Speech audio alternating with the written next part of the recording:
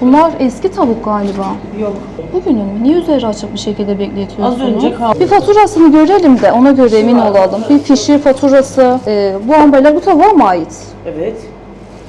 Biz 6. aydayız, bu 5. ay. 1 ay tarihi geçmiş. Tek sıkıntımız şöyle, şunlar çöp kovası olarak geçtiği için bunlardan alın, şeffaf kap kullanın.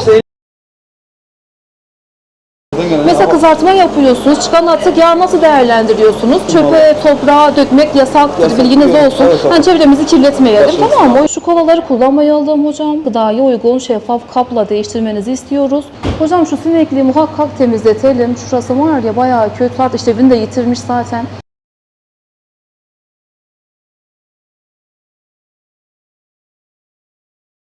Kullanmış olduğunuz kabın temizliğini sağlayalım. Kab artık kirlenmiş. Mesela ürünleri dolaba yerleştirirken üzeri kapalı olması gerekiyor. Bakın. Bir de muhakkak üzeri kapalı olsun. Bak içerisi bayağı kötü. Şu bidonların gıdada kullanılması uygun değildir. Onları değiştirin. Buradan uzaklaştırın. Sonra bakalım.